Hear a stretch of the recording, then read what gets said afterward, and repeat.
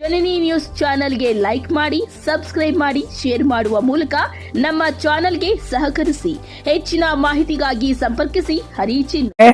ಈ ಒಂದು ಜಂಬು ಮತ್ತೆ ಮುಳ್ಳುಗಿಡಗಳ ಸಮೇತ ಇಲಾಖೆ ಮುಂದೆ ಮಾಡಲ್ಲ, ನೀವು ವಾಸ ಮಾಡುವ ಮನೆಗಳನ್ನು ಹುಡುಕು ಬಂದು ಆ ಗಿಡಗಳ ಸಮೇತ ಕಲಚೆ ನೀರನ್ನು ನಿಮ್ಮ ಮನೆಗಳಿಗೆ ಅಟ್ಟುವ ಮುಖಾಂತರ ವಿಭಿನ್ನ ರೀತಿಯಲ್ಲಿ ಹೋರಾಟ ಮಾಡುವ ಮುಖಾಂತರ ಈ ಮುಂಗಾರು ಪೂರ್ವ ಮಳೆಯಿಂದ ನಮ್ಮ ಬದುಕನ್ನು ರಕ್ಷಣೆ ಮಾಡ್ಕೊ ಹೋರಾಟ ಮಾಡ್ತಾ ಇದ್ದೀನಿ. ಎಚ್ಚರಿಕೆ ನೀಡಿ.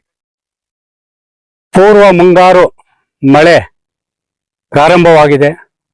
ಇತ್ತೀಚೆಗೆ ಸುರಿದಂತ ಮಳೆ ನೀರು ಸರಾಗವಾಗಿ ಹರಿಯದೆ ಪೋಷಕ ಕಾಯಿಲೆಗಳು ಮತ್ತು ರಾಜಕಾಲುವೆಗಳು ಒತ್ತುವರಿಯ ಜೊತೆಗೆ ಬೆಳೆದಿರುವಂತಹ ಜಂಬು ಮುಳ್ಳು ಮರಗಿಡಗಳಿಂದ ಸಂಪೂರ್ಣವಾಗಿ ಆ ಮಳೆ ನೀರು ಸರಾಗವಾಗಿ ಹರಿಯದೆ ಬಡವರ ಬದುಕಿನ ಕಟ್ಟಿಕೊಳ್ಳಿರುವ ಮನೆಗಳಿಗೆ ಲಕ್ಷಾಂತರ ರೂಪಾಯಿ ಬಂಡವಾಳ ಹಾಕಿ ಬೆಳೆದಿರುವಂತಹ ಬೆಳೆಗಳಿಗೆ ನುಗ್ಗಿ ಇವತ್ತು ಪ್ರತಿ ವರ್ಷ ಜನಸಾಮಾನ್ಯರ ಬದುಕು ಬೀದಿಗೆ ಬೀಳ್ತಾ ಇದೆ.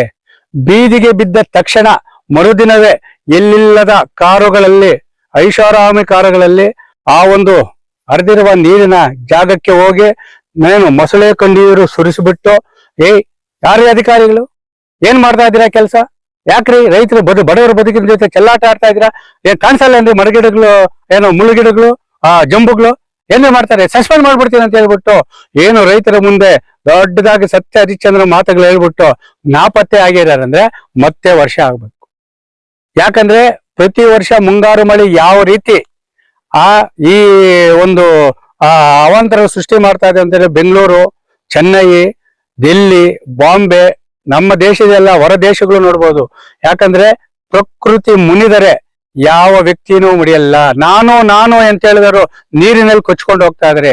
ಇಂತಹ ಪರಿಸ್ಥಿತಿ ಇರುವಾಗ ಕೋಲಾರ ಜಿಲ್ಲಾದ್ಯಂತ ಇವತ್ತು ಪ್ರಾಮಾಣಿಕವಾಗಿ ಸರ್ಕಾರಿ ಆಸ್ತಿಗಳನ್ನು ಉಳಿಸುವಲ್ಲಿ ಮತ್ತು ರೈತ ಪರ ಕಾಳಜಿ ಇರುವ ಮಾನ್ಯ ಜಿಲ್ಲಾಧಿಕಾರಿಗಳಾದ ಡಾಕ್ಟರ್ ರವಿ ಸಾಹೇಬ್ರೆ ಹಾಗೂ ಉಪವಿಭಾಗಾಧಿಕಾರಿಗಳಾದ ಜಂಬಗಿ ಸಾಹೇಬ್ರೆ ಮತ್ತು ಆರು ತಾಲೂಕಿನ ತಾಲೂಕು ದಂಡಾಧಿಕಾರಿಗಳೇ, ನಿಮ್ಗೆ ಕೈ ಮುಗಿದು ಕೇಳ್ಕೊಂತ ಇದೀವಿ. ಮುಂಗಾರು ಪೂರ್ವ ಮಳೆ ಪ್ರಾರಂಭವಾಗಿದೆ. ಈಗಾಗಲೇ 3 ದಿನ ಸುರಿದಂತ ಮಳೆಗೆ ರೈತರ ಬದುಕು ಅಲ್ಲೋಲ ಕಲ್ಲೋಲ ಆಗ್ಬಿಟ್ಟೈತೆ. ಇವತ್ತು ಗ್ಯಾರಂಟಿಗಳನ್ನು ಕೊಟ್ಟಿರುವಂತ ಸರ್ಕಾರದ ಬಳಿ ಹಣ ಇಲ್ಲ, ಆರ್ಥಿಕ ದಿವಾಳಿ ಆಗ್ಬಿಟ್ಟೈತೆ. ನಿಮ್ಗೆ ಕೆಸಿಎಲ್ ಅಧಿಕಾರಿಗಳಿಗೆ, ಸಣ್ಣ ನೀರಾವರಿ ಅಧಿಕಾರಿಗಳಿಗೆ, ಕಂದಾಯ ಸರ್ವೆ ಅಧಿಕಾರಿಗಳಿಗೆ ನಿಮ್ ಕೈ ಮುಗಿದು ಕೇಳ್ಕೊಂತ ಇದೀವಿ. ನಿಮಗೇನಾದ್ರೂ ರಾಜಕಾಲುವೆಗಳು, ಪೋಷಕ ಕಾಲುವೆಗಳು ಅಭಿವೃದ್ಧಿ ಪಡಿಸಲು ಹಣ ಇಲ್ಲ ಅಂತ ಹೇಳಿದ್ರೆ ಆಯಾ ವ್ಯಾಪ್ತಿಯ ಹಳ್ಳಿ ಜನರ ಹತ್ರ ನಾವು ಭಿಕ್ಷೆ ಬೇಡ ಆದ್ರೂ ಅನುದಾನ ಕೊಡ್ತೀವಿ ಸ್ವಾಮಿ. ದಯವಿಟ್ಟು ಒತ್ತುವರಿ ಆಗಿರುವಂತಹ ಈ ರಾಜಕಾಲುವೆ, ಕೆರೆಗಳು ಮತ್ತೆ ಪೋಷಕ ಕಾಲುವೆಗಳನ್ನು ಮುಕ್ತಿ ಕೊಡಿ. ಅದರಲ್ಲಿರುವ ಗಿಡಗಂಟೆಗಳಿಗೆ, ಜಂಬುಗೆ ಮುಕ್ತಿ ಕೊಟ್ಟು ಮುಂಗಾರು ಮಳೆಯಿಂದ ಬಡವರ ಬದುಕು, ರೈತರ ಬೆಳೆಯನ್ನು ರಕ್ಷಣೆ ಮಾಡಬೇಕು.